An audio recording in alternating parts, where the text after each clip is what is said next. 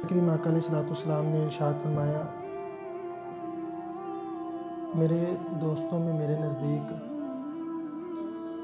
سب سے زیادہ قابل رشک مومن وہ ہے کہ جو بھار میں بہت کم ہے، اس کا وزن ہلکا ہے۔ وزن ہلکے سے مراد یہ نہیں کہ جسم میں وہ کمزور ہے، یعنی اس کے ذمہ کرم جو ہے، اس کے ذمے گناہ بہت کم ہے، اس کے ذمے جو ہے یہ جو بڑے بڑے پلازے، کوٹھیاں، بینک بیلنس، وہ ایسا جو اس کے فرائض کے آڑے آتا ہو۔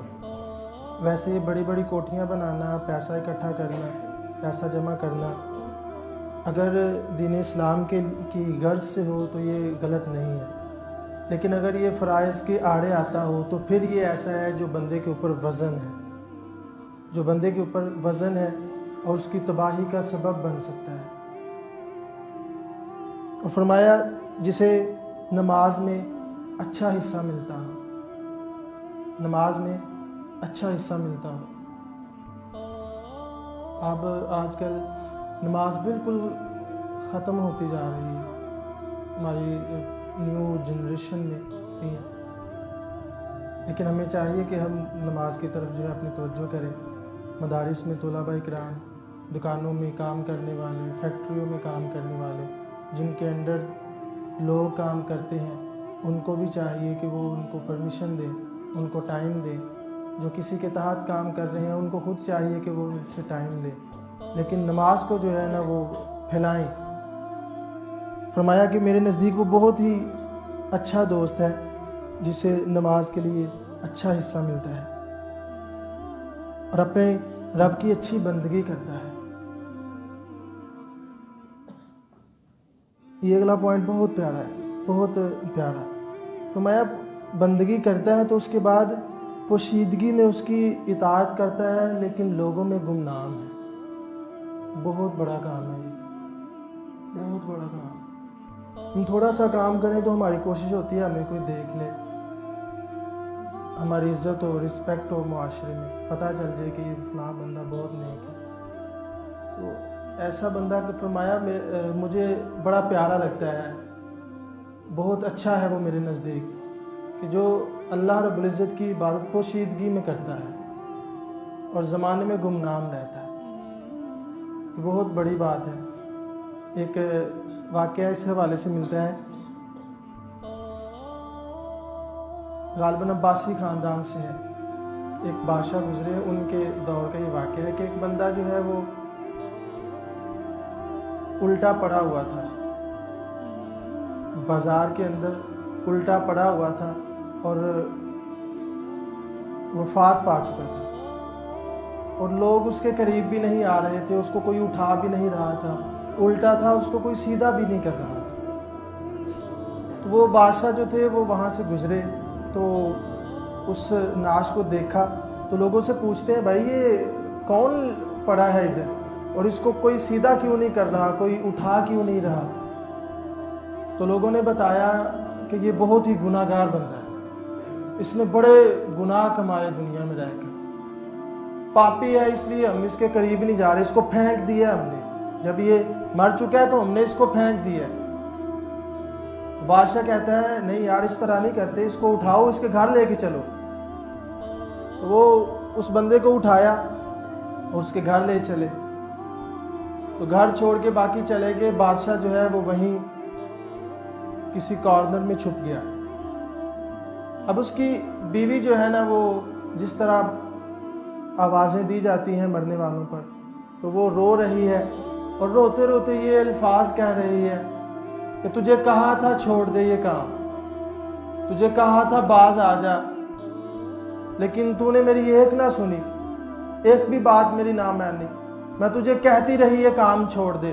یہ تجھ کو ذلیل کر دیں گے معاشرے میں، یہ کام تجھ کو خوار کر دیں گے، یہ کام چھوڑ دے، لیکن تو کہتا تھا دیکھنا میرا جنازہ جو ہے وہ وقت کا بادشاہ پڑھائے گا، دیکھنا ایک وقت آئے گا جب میں مر جاؤں گا تو میرا جنازہ جو ہے، نماز، میری جنازے کی نماز جو ہے وہ وقت کا بادشاہ پڑھائے گا۔ بتا کہاں گیا تیرا وہ بادشاہ جو تیری نماز جنازہ پڑھائے گا؟ آج تو تجھ کو کوئی ہاتھ بھی نہیں لگا رہا۔ یہ تھا وہ بندہ جو گمنام زندگی گزار رہا تھا، جو پوشیدہ رب ذوالجلال کی اطاعت کرتا تھا، اس کی بندگی کرتا تھا۔ بادشاہ کو اب اس کی بیوی کی ان باتوں سے بڑا تعجب ہوا، تو باہر نکل کر اس کی بیوی کو اعتماد میں لے کر اس سے پوچھتا ہے مجھے ماجرا بتا، ماجرا کیا ہے،